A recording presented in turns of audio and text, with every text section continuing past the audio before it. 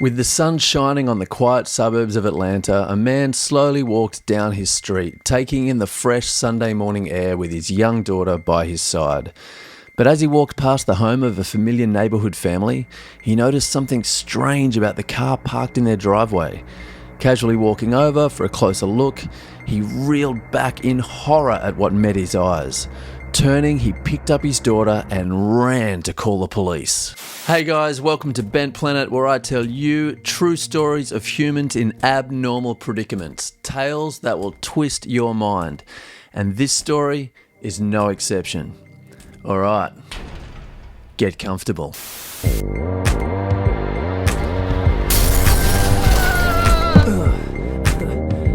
Are you ready to hear a story?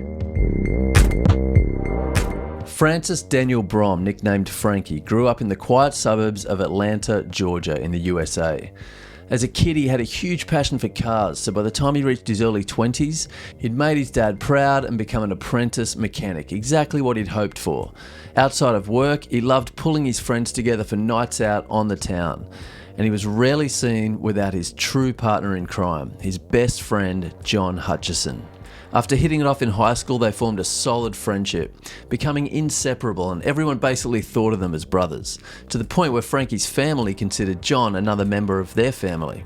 And vice versa, John's family thought of Frankie as one of their own. And as you would expect from a couple of sociable young lads who had recently hit the legal drinking age, they loved to get boozed up. Saturday nights were a blur as they hit their favourite bars and partied with their local crew, both with money to burn from working hard through the week. On one of those Saturdays in 2004, after watching a local car race, the boys ended up at a bar called Runaround Sue's, a popular bar in the town of Marietta, about 15 miles from where they lived. The night kicked on with the usual amount of drinking, partying, telling stories and cracking jokes, as they always did together.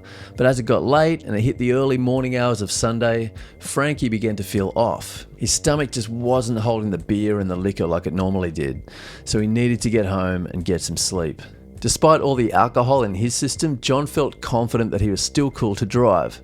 So Frankie jumped in the passenger seat of John's Chevrolet truck to rest up, while John jumped in the driver's seat to get them both home. He'd driven this stretch of road countless times before, both sober and drunk, so despite not being the wisest idea, it was an easy decision to do it again. But this time it was different. As John drove, Frankie felt dizzier and dizzier at every turn. His stomach was churning.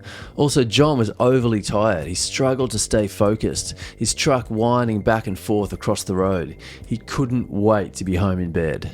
Before John knew it, he was relieved to find himself pulling into his own driveway, back at home where he still lived with his parents. He stumbled out of his truck, somehow managed to get his key in the front door of the house, let himself in, crawled upstairs and passed out on top of his bed. He was still drunk, dazed and confused as his sleep was broken the next morning by the sound of someone calling his name. Dad? No, it was a stranger's voice, and then his mother's voice yelling at him to wake up. He slowly pulled his eyes open, the light hitting his face. His head was throbbing. His mother asked, "John, what happened last night?" Then a man spoke. "John, we need you to tell us what happened." Only then did John notice the man was in uniform. He'd been woken up by the police.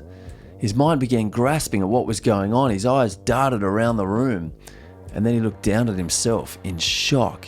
His clothing was covered in blood. The police officer then began explaining the situation, and John's face turned white. Earlier that morning, a neighbour had been going for a Sunday morning stroll with his baby daughter. As they were passing John's family home, the neighbour noticed something strange about the truck parked in John's family driveway.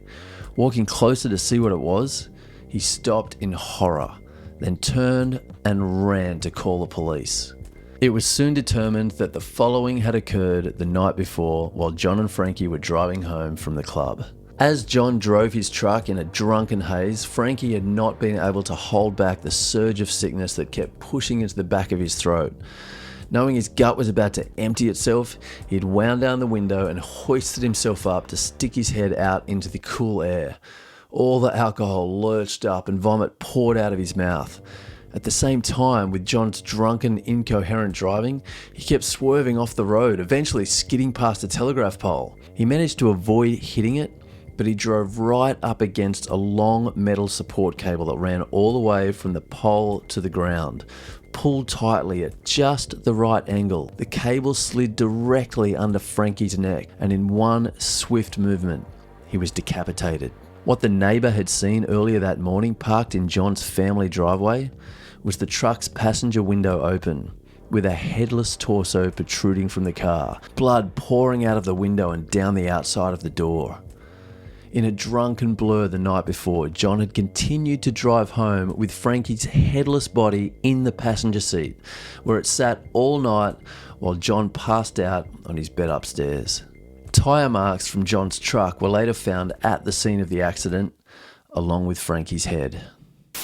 Alright guys, that's it for today's true story of humans and abnormal predicaments. Remember to subscribe if you haven't already, like the video if you did, stay safe out there, and until next time, stay bent.